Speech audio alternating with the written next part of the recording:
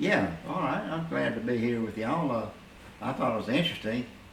My horoscope told me this morning I was going to come in contact with two of Alabama's finest today. And guess what?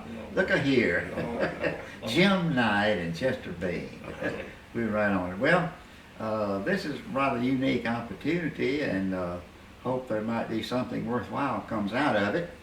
Uh, I was thinking a little bit about kind of opening statement, I guess, an overview or something, and I thought it'd be worthwhile for people to think some of the things that I have thought all these years. One is that the band, a good band, is a great place for a youngster to grow up. If for no other reason, they're with other good kids. That makes a lot of difference, because I used to kid my youngsters about you have to be careful who you associate with. You know, if you lay down with dogs, you get fleas, and if you associate with scumbuckets, you become a scumbucket. Well, that made some sense and so on, but as I look back at my life, I started band in Washington County High School, that's in Chatham, Alabama. And G.H. Gavin was my band director, and just a fabulous director as well as a helpful person. And he and the principal came into Chatham after World War II, and I thought about a line from a song back in the war years, or World War II years, about how you gonna keep them down on the farm after they've seen Gay Paris. Well, both of these guys were in the military, and they knew more than normal, you know, than what the country had been used to. So, at any rate, the principal thought we had to have a band, and Mr. Gavin was the director, and so he was just God sent to me, no doubt about it. And I know at that early time, I went to school to play marbles at recess and lunch. You know, y'all remember that good game, I'm sure. And got to scheduling time, and I had a choice between agriculture and band. Well, that was a no-brainer, because my dad had a little small farm that I just didn't care about, you know. So I chose band, and at that time, if anybody had predicted that James Thompson will graduate from high school, much less get 3 college degrees, most folks would be laughing. Well, no doubt the band was the springboard, because I started buddying with guys that's more interested in the academic program, and they got me involved in church and that type of stuff. And, you know, things just opened. Mr. Gavin came by my house, picked me up, took me up to Livingston, got me enrolled. And I guess kind of the rest of it's another story, but at any rate, that was a great thing. I came in contact with John Hoover. He was an outstanding person in the music world. Told me that he had memorized all flute solos that had ever been published, and I think he did. He wound up as the director of the Mobile Symphony by going to the restaurant where I guess it was the president of the organization, was having lunch, and started playing flute solos. So after that, he wound up as the director of the Mobile Symphony. But at any rate, all that early experience was God sent. I do believe very greatly in providential guidance, because doors open, doors close. You come in contact with the right people for whatever the purpose is, etc. I know I was fortunate to still do have some of them died, but you know, Glenn Spiller and Bill Bruner and Jim Knight even was some good mentors. Glenn and I were especially good friends. He followed me at my former job at Choctaw County in Butler, and you know, just been a wonderful thing. So from the college days, I wound up going to Thomasville High School as my first job. And man, that was not a band, they just called it one. You know, they just band in name, because I only had about 20 people, if that many, and they weren't sure what they were there for. But at any rate, we built a pretty nice band in a short period of time, and Rush Gavin was a good friend of mine, and he followed me there, and was amazed at how much I was able to accomplish in a short period of time, because he said I had French horns and bassoons and oboes and all that stuff, and most folks hadn't heard about that, and we already had them in the Thomasville band, you know, thought that was a big deal. But at any rate, I had a good run there, and then I went to my alma mater over at Chatham, Washington County High School. That job was open, and that, you know, worked out for me to go there, and I did. And one of the more pleasurable, I only stayed 1 year because the job in Butler came open, and I had always admired it, and I applied for it and got it, and that was a great run. Stayed there, I think, 7 or 8 years, and was a really wonderful time, great people, and so on. From there, I decided to try my hand at administration, and I was involved in, you know, Auburn in their administrative program, and wound up principal there at the Southern Choctaw High School and Jacksonville High School, and from there, I was planning to do my doctorate. I was finishing up my AA at Auburn and had already taken the GRE exam, which I didn't do very good on, you understand.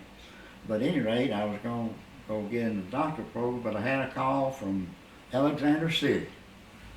A guy named Ted Spears, the principal, called, and he had been friends with Ralph White. Some of you might remember Ralph White. He was Yale Ellis's son-in-law. I think that's right. And at any rate, I went up there and talked, and everything sounded good, but I said, you know, I really don't want to do this. I want to get on with my doctorate. Well, I went on back to Auburn, and wasn't long he called again. Miss Thompson, come back up here. We got something we want to offer you we think you would like. So I did. And I said, okay, I'll try it 1 year. Well, I looked up one day, and that gum had been 22. Was a shocker. And I guess one of the major contributors to my staying that length of time was Russell Corporation was really going strong at that time. And anything I could make a case for, I could have. You know, money was not a problem. I know I went to the superintendent one time to get permission to have a fundraiser, and he said, well, Mr. Thompson, we just got to do too much of that in this community. How about I just give you the money? And I said, well, that won't bother me a bit. So that worked out good. And one day, a member of the Booster Club came by, and I said, Pete Brooks was his name, and I said, Pete, we better start giving a little thought to replacing some of our more expensive school instruments. The time's going to come. And he said, well, how much money do you think you probably need? I said, I don't know, probably around $30,000, because we need some new bassoon and oboe, and, you know, Lorraine oboe's kind of expensive, and some French horns. And so, I don't know, that's kind of the end of it. It wasn't too much time went by. Old Pete comes back and said, okay, Mr. Thompson, go get your instruments. He got out in the community and raised $30,000 just by talking to people, you know. So I think folks pretty well enjoyed what we were doing and appreciated it, and they wanted to support us, and we had some great things happen there. I guess the most memorable, ego-wise, was we went to Panama City Beach, Florida, for the Festival of Champions festival or contest. Well, we came on the stage for the concert, and a guy named Jim Clark from Rome, Georgia, was one of the judges, and he said, well, hello, Benjamin Russell, so glad to see you. I know you got a good marching band, because I've judged you several times in marching contests. So when it was over, he said, and this was one of the memorable things from that time, said, I know you got a good marching band, I heard it, but said, it's not often that a school has a good concert band and a good marching band. Well, that hit home, you know. We all like to hear that kind of stuff. And then that night, they gave out all the awards at the music park, and wound up that they called every band in sight's name except Benjamin Russell, and our kids were beginning to duck their heads like, well, we did the score, you know. And then, of course, and Benjamin Russell Grand Champions. Well, you know what took place then. Dancing and hugging, I guess, and crying and stuff. But that was a really memorable thing. And from that experience, it just kind of stuck with me. All the good friends that I've had have contributed to my interest and motivation, and that concerns me a great deal. How we manage, in fact, that was one of the considerations of thesis and dissertation if I should have done my doctorate. What are the factors, what are the influences that cause a person to have a burning interest in something? Why do you really want to do something? Why do you like it? And when I was doing band, that's all I could do. I mean, I couldn't do anything else. I wouldn't even think about it. And I was appreciative of that, the fact that I wanted to, and I know that God played a hand in that because, like I said, I was lucky to graduate from high school. And, things came together, and I hope that happens to other people, and chances are it has and will more. But at any rate, from that experience at Benjamin Russell, I was there 22 years, I believe. I was at Butler 7 years. And when I retired, I don't know how this happened. It wasn't my doings. It just fell in place. Talking about the doors opening and the doors closing. The opportunity to represent Stanberry uniforms in Alabama happened, and I took it, and it was a tremendous run. I really enjoyed that time, just like I did the band. Highly committed to it, and things just moved on. I didn't have much to do with it. I used to tell my kids, the mind, the brain is the only thing I know of that gets better the more you use it. Everything else kind of wears out, and so I think that probably happened to me at some point. I don't think I was capable mentally to do the things that I have done. I think there was a stronger hand, more planning and more purpose and all this type stuff. And now that I'm retired, I was representing some music companies. Most everybody remembers Nuntz's, and then I can't think of the name of the Hamilton's in Anniston. And then Tuscaloosa Music, and then I wound up with Bailey Brothers, calling on schools and servicing, and the repair has been a staple happening in my life. I'm still doing that as I can, meaning there are limitations. Somebody brings in a tube and says, "Can you fix this?" I said, "Well, I don't know. Just depends on whether I can handle it or not, But at any rate, I had a really great run. The great people I knew, Dr. Walters at Jack State and Bodie Hinton and Colonel Butler, Yale Ellis.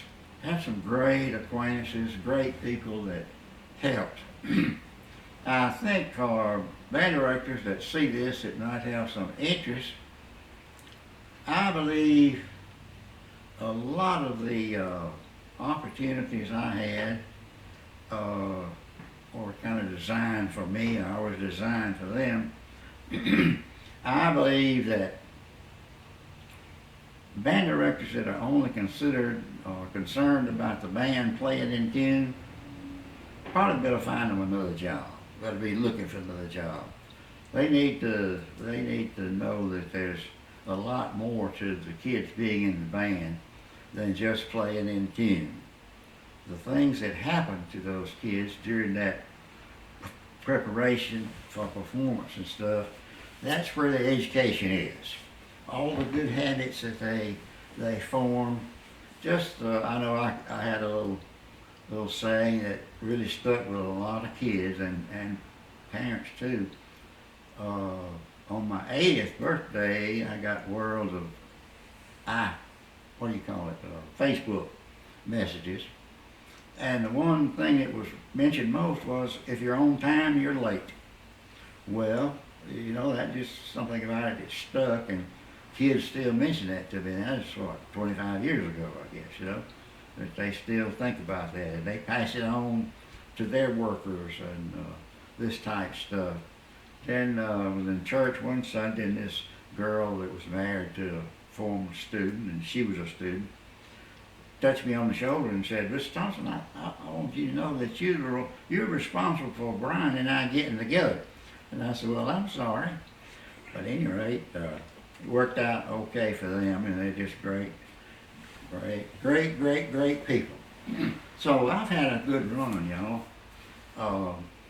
I think when I was the old fogey down at the summer conference several years ago down at Gulf Shores, AVA, you know. And I remember saying not much, just kind of having a good time, but I did comment that I believe you'll have a more successful, enduring, satisfying band program if you base your program on educational values and educational expectations. If you're just interested in going to contests and winning, I'm not sure you're going to get the job completely done. So I feel like that's important. I think that you can be more successful, have more success. I think the parents will want their kids to be in the band if you're providing things that they want their kids to have. I remember one time we were going on a trip, and I overheard this parent said, "Well, you don't have to worry about it. Miss Thompson will take care of it." Well, that's important stuff. I think parents want the band director, or wherever their kids are, they want them to be looked after and be safe and that type of thing. Well, at any rate, that was then, this is now, and I'm enjoying the retirement as best I can with, I told my son Scott, many of you know him, we was visiting here last night, and I told him, I said, if I had known my health was going to go down as quickly as it did, I think I made it to about 82, 83 now. If I had known my health was going down, I think I'd have worked harder and tried to save a little more money. I think I'm going to need it. But anyway, like I say, that was then and this is now, and have a wonderful family. When I retired at Benjamin Russell, I wrote a letter to the superintendent and indicated that I had appreciated my time in Ellick City with the schools, that I raised a family there, which all three of my kids went through that school system, did well. And now they're all three doing well, and wish you the same good luck with your family. And as far as I know, guys, that about covers the course for me. I'm sure there's some other bumps in the road I could talk about, you know, but that's all right. We don't need to talk about I can edit this out and start me talking here, but if, you know, like we're at a convention, and I know a lot of band directors, young, you know, will come and they'll sit around and talk and just communicate. You know, what would you say to the young band director that's, I don't know, man, I can't get my schedule right, I don't have money to buy horns, you know, I don't, you know, I have trouble here. So they have what they think are career-ending problems or whatever. You know, what's some advice you might, you've already referred or alluded to some things, you know, but just something you might tell them, you know, advice you would give them. Well, I think that's always a thorn in the flesh type thing for band directors. I know Buddy Simpkins at Sylacauga used to go ballistic if he lost a tuba player or something like that. And I said, "Buddy, don't worry about it, man. Just go on with what you got." And I said, "Time you get the season going good, you won't even miss them." Well, I think you have to overlook some of those things. I think it's some, you know, I said, "Well, I'll tell you this would be an interesting story. And I hope it won't be too negative, but at any rate, I had a new principal come in to Benjamin Russell, and we had morning band rehearsal during the summer. So some of my very best students showed up one morning and said, "Mr. Thompson, we're not going to be able to take band next year." And I said, "What? What do you mean?" He said, "Well, they got physics the same period as band. We got to have physics because they were some of the best kids in school, you know, and some of them went on two of them teaching at Auburn University now, and one of them written 30 some odd books and all like that. And boy, I'm telling you, that got me. You know, I just about did me in. So they were just the very best kids, drum major and first chair players. Well, at any rate, well, when the rehearsal's over, I landed in the new principal's office. And we had a good heart-to-heart talk, and I'll always remember that he said, well, Mr. Thompson, there are times when people have to make choices. I said, these youngsters, they're just going to have to decide whether they want to do band or physics. Boy, that just didn't sit well with me at all, you know. And I said, well, I knew that I was in a rather good position in that 3 of the 5 school board members had kids in that group. And I said, well, okay, you're fixing to make a decision, just let me know how it turns out. And I left. And wasn't long, several days went by, and all these kids came running up, Mr. Thompson, we're going to be able to take band after all. I said, well, what happened? He said, well, they created another physics class. So I think perseverance, if you're providing, Dina Rizzo here at Chelsea Middle School is an admirable teacher. I just really respect what she does and kind of person she is. She was concerned one fall, like now or a little later, about when anybody gonna sign up for band next year.